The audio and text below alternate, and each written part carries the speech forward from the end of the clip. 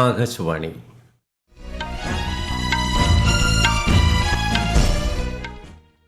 നമസ്കാരം.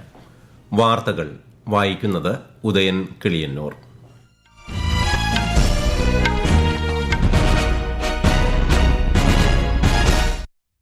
പ്രധാന വാർത്തകൾ. ആഗോള പ്രതിസന്ധികൾക്കിടയിലും ഇന്ത്യൻ സമ്പദ് വ്യവസ്ഥയുടെ അടിത്തറ ശക്തമായി തുടരുന്നുവെന്ന് പ്രധാനമന്ത്രി നരേന്ദ്രമോദി.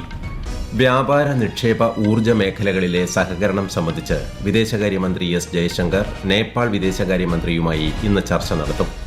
മത്സ്യബന്ധന മേഖലയ്ക്ക് ആഗോള വിപണി ലഭ്യത വർദ്ധിപ്പിക്കുന്നതിന് സർക്കാർ പ്രതിജ്ഞാബദ്ധമെന്ന് കേന്ദ്രമന്ത്രി പീയൂഷ് ഗോയൽ.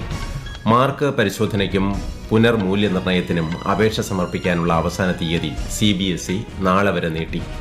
കേരളത്തിൽ കാലവർഷം ശക്തി പ്രാപിക്കുന്നു. 5 ജില്ലകളിൽ ഇന്ന് ചുവപ്പ് ജാഗ്രത. കേരളം, ലക്ഷദ്വീപ്, കർണാടക തീരങ്ങളിൽ മത്സ്യബന്ധനത്തിന് വിലക്ക്. നോർവേ ചെസ് കിരീടം ഇന്ത്യൻ ഗ്രാൻഡ് മാസ്റ്റർ R പ്രജ്ഞാനന്ദയ്ക്ക്. ഇന്ത്യ അഫ്ഗാനിസ്ഥാൻ ക്രിക്കറ്റ് ടെസ്റ്റ് ഇന്ന് ആരംഭിക്കും. വാർത്തകൾ വിശദമായി. ഇന്ത്യൻ സമ്പദ് വ്യവസ്ഥയുടെ അടിത്തറ ശക്തമായി തുടരുന്നുവെന്ന് പ്രധാനമന്ത്രി നരേന്ദ്രമോദി. ആഗോള പ്രതിസന്ധികൾക്കിടയിലും 2025-26 സാമ്പത്തിക വർഷത്തിൽ രാജ്യം 7.7% വളർച്ച രേഖപ്പെടുത്തിയതായി അദ്ദേഹം പറഞ്ഞു. ഇന്നലെ ദാമനിൽ 2970 കോടി രൂപയുടെ വികസന പദ്ധതികൾക്ക് തുടക്കം കുറിക്കുകയായിരുന്നു പ്രധാനമന്ത്രി. അടിസ്ഥാന സൌകര്യ വികസനത്തിനും ക്ഷേമ പദ്ധതികൾക്കും മുൻഗണന നൽകി രാജ്യം വികസന പാതയിൽ ഇനിയും മുന്നേറുമെന്ന് അദ്ദേഹം അറിയിച്ചു. वर्ष 2025-26 में भारत ने 7.7% की ग्रोथ रेट हासिल की है और पिछला क्वार्टर जो 31 मार्च को खत्म हुआ उसमें भी भारत की ग्रोथ 7.8% रही है और ये दुनिया में तेज गति से आगे बढ़ने वाली बड़ी इकोनॉमी है.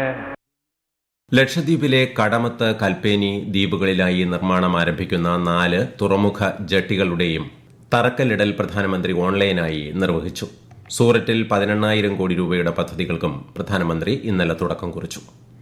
നേപ്പാൾ വിദേശകാര്യമന്ത്രി ശിശിർ ഖനാൽ 3 ദിവസത്തെ സന്ദർശനത്തിനായി ഇന്ത്യയിലെത്തി. വിദേശകാര്യമന്ത്രി എസ് ജയശങ്കറിന്റെ ക്ഷണപ്രകാരമാണ് സന്ദർശനം. വ്യാപാരം, നിക്ഷേപം, ഊർജ്ജം ഉൾപ്പെടെയുള്ള മേഖലകളിൽ സഹകരണം വർദ്ധിപ്പിക്കുന്നത് സംബന്ധിച്ച് ശ്രീ ജയശങ്കറുമായി അദ്ദേഹം ഇന്ന് ചർച്ച നടത്തും. ഇന്ത്യയുടെ കടൽ വിഭവ കയറ്റുമതി നിലവിലുള്ള $8 ബില്യൺ നിന്ന് അടുത്ത 5 വർഷത്തിനുള്ളിൽ $30 ബില്യൺ ഉയർത്തണമെന്ന് കേന്ദ്ര വാണിജ്യ വ്യവസായ മന്ത്രി പീയൂഷ് ഗോയൽ. മത്സ്യബന്ധന മേഖലയ്ക്ക് ആഗോള വിപണി ലഭ്യത വർദ്ധിപ്പിക്കുന്നതിന് സർക്കാർ പ്രതിജ്ഞാബദ്ധമാണെന്നും അദ്ദേഹം വ്യക്തമാക്കി. ആന്ധ്രാപ്രദേശിലെ വിശാഖപട്ടണത്ത് ഇന്നലെ ആരംഭിച്ച ദ്വിദിന ദേശീയ കടൽ വിഭവ കയറ്റുമതി ശില്പശാലയുടെ ഭാഗമായി വാർത്താസമ്മേളനത്തിൽ സംസാരിക്കുകയായിരുന്നു മന്ത്രി. കേന്ദ്ര മത്സ്യബന്ധന വകുപ്പ് മന്ത്രി രാജീവ് രഞ്ജൻ സിംഗ് ചടങ്ങിൽ സംബന്ധിച്ചു. രാജ്യത്തുടനീളമുള്ള 9.42 ലക്ഷത്തിലധികം കർഷകർ ഖേത് ബച്ചാവോ പ്രചാരണ പരിപാടിയുടെ ഭാഗമായതായി കൃഷി കർഷകക്ഷേമ മന്ത്രാലയം.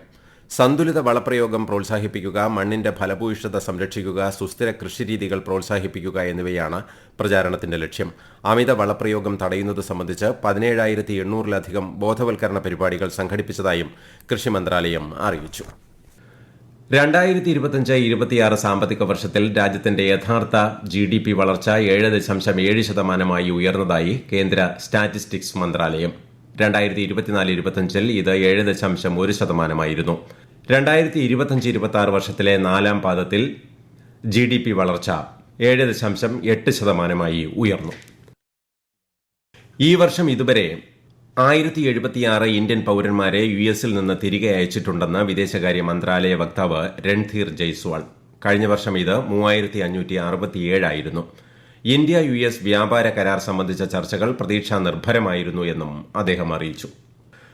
ഇന്ത്യ-റഷ്യ നയതന്ത്ര പങ്കാളിത്തത്തിന്റെ ഭാഗമായി റഷ്യയുടെ 5ാം തലമുറ സ്റ്റെൽത്ത് യുദ്ധവിമാനമായ സുഖോയ് 57 ഇന്ത്യയ്ക്ക് വാഗ്ദാനം ചെയ്ത് Russian president Vladimir Putin.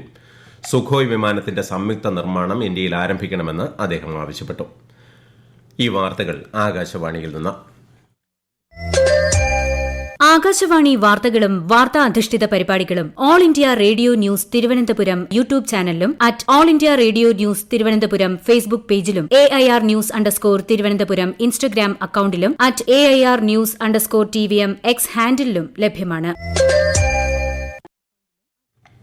Mark പരിശോധനയ്ക്കും പുനർമൂല്യനിർണ്ണയത്തിനുമുള്ള അപേക്ഷകൾ സമർപ്പിക്കാനുള്ള അവസാന തീയതി CBSE ജൂൺ 7 വരെ നീട്ടി. ഞായറാഴ്ച വരെ അപേക്ഷകൾ സമർപ്പിക്കാം. അപേക്ഷാ നടപടികൾ പൂർത്തിയാക്കാൻ വിദ്യാർത്ഥികൾക്ക് കൂടുതൽ സമയം നൽകുന്നതിനായാണ് ഈ തീരുമാനമെന്ന് CBSE വ്യക്തമാക്കി. കേരളത്തിൽ തെക്കു പടിഞ്ഞാറൻ കാലവർഷം ശക്തി പ്രാപിക്കുന്നു. മലപ്പുറം, കോഴിക്കോട്, വയനാട്, കണ്ണൂർ, കാസർഗോഡ് ജില്ലകളിൽ കേന്ദ്ര കാലാവസ്ഥാ വകുപ്പ് ഇന്ന് ചുവപ്പ് ജാഗ്രത പ്രഖ്യാപിച്ചു. 4 ജില്ലകളിൽ വിദ്യാഭ്യാസ സ്ഥാപനങ്ങൾക്ക് ഇന്ന് അവധി. വിശദാംശങ്ങളിലേക്ക്.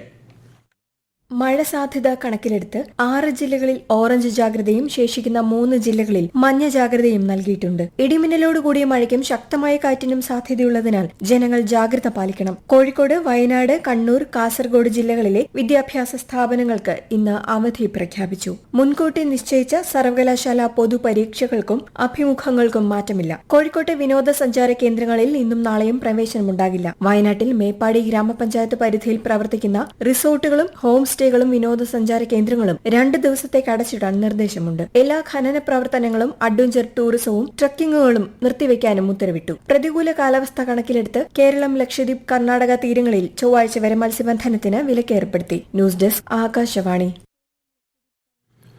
മലപ്പുറം കൊണ്ടോട്ടിയിൽ തീർത്ഥാടക സംഘം സഞ്ചരിച്ചിരുന്ന ടെമ്പോ ട്രാവലറും ടിപ്പർ ലോറിയും കൂട്ടിയിടിച്ചുണ്ടായ അപകടത്തിൽ 2 പേർ മരിച്ചു. പാലക്കാട് വടവന്നൂർ സ്വദേശി രാജേഷ്, പാലക്കാട് മുറുകശം കുന്ന് സ്വദേശി രമണി എന്നിവരാണ് മരിച്ചത്. അപകടത്തിൽ 10 പേർക്ക് പരിക്കേറ്റു. ഇതിൽ 5 പേരുടെ നില ഗുരുതരമാണ്. നോർവേ ചെസ് കിരീടം ഇന്ത്യൻ ഗ്രാൻഡ് മാസ്റ്റർ ആർ പ്രജ്ഞാനന്ദയ്ക്ക്. ഓസ്ലോയിൽ നടന്ന മത്സരത്തിൽ ജർമ്മനിയുടെ വിൻസെന്റ് കീമറിനെ അവസാന റൌണ്ടിൽ പരാജയപ്പെടുത്തിയാണ് പ്രജ്ഞാനന്ദയുടെ ചരിത്ര വിജയം. ഈ നേട്ടം സ്വന്തമാക്കുന്ന ആദ്യ ഇന്ത്യക്കാരനാണ് പ്രജ്ഞാനന്ദ.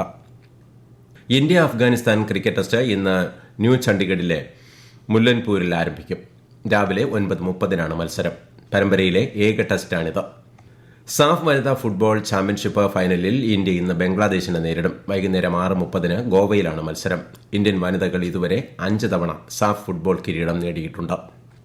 പശ്ചിമേഷ്യയിൽ സംഘർഷം രൂക്ഷം. ഹോർമൂസ് കടലിടുക്കിന് സമീപമുള്ള ഇറാനിയൻ റഡാർ സൈറ്റുകൾ US സൈന്യം ആക്രമിച്ചു. 4 ഇറാനിയൻ ഡ്രോണുകൾ വെടിവെച്ചു വീഴ്ത്തി. ഇതോടെ US ഇറാൻ സമാധാന ചർച്ചകൾക്കുള്ള സാധ്യതകൾ മങ്ങി. അതേസമയം ലെബനനിൽ ഇസ്രായേലും ലെബനൻ ഭരണകൂടവും അംഗീകരിച്ച US മധ്യസ്ഥതയിലുള്ള വെടിനിർത്തൽ നിർദ്ദേശം ഹിസ്ബുള്ള നിരസിച്ചു. ജമ്മു കശ്മീരിനെക്കുറിച്ച് തെറ്റായ പ്രചാരണം നടത്തുന്നതിനായി പാകിസ്ഥാൻ UN സുരക്ഷാ സമിതിയിലെ താൽക്കാലിക അംഗത്വം ദുരുപയോഗം ചെയ്യുകയാണെന്ന് ഇന്ത്യ.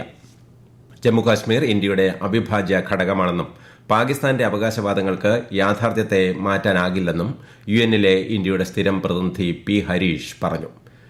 വിദേശ നിക്ഷേപകർക്ക് സർക്കാർ സെക്യൂരിറ്റികളിൽ നിക്ഷേപം നടത്തുന്നത് എളുപ്പമാക്കുന്നതിനും ചട്ടങ്ങൾ കൂടുതൽ ലളിതമാക്കുന്നതിനുമായി റിസർവ് ബാങ്ക് ഓഫ് ഇന്ത്യ നിയന്ത്രണ ചട്ടങ്ങളിൽ നിർണായക മാറ്റങ്ങൾ പ്രഖ്യാപിച്ചു.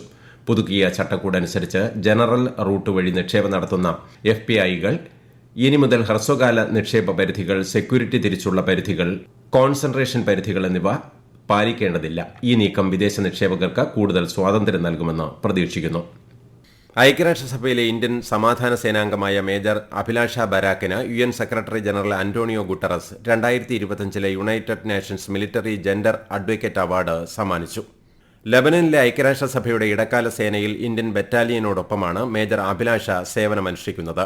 UN സമാധാന സേനാംഗങ്ങളുടെ അന്താരാഷ്ട്ര ദിനത്തോടനുബന്ധിച്ചാണ് ചടങ്ങ് നടന്നത്. പ്രധാന വാർത്തകൾ വീണ്ടും. ആഗോള പ്രതിസന്ധികൾക്കിടയിലും ഇന്ത്യൻ സമ്പദ് വ്യവസ്ഥയുടെ അടിത്തറ ശക്തമായി തുടരുന്നുവെന്ന് പ്രധാനമന്ത്രി നരേന്ദ്രമോദി.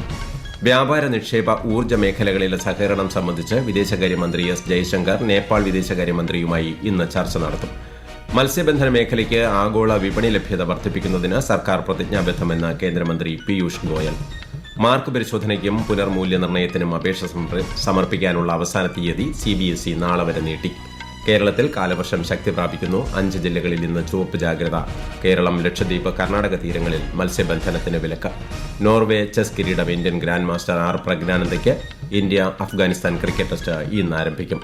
വാർത്തകൾ കഴിഞ്ഞു. അടുത്ത വാർത്താ പ്രക്ഷേപണം ഉച്ചയ്ക്ക് 12:30.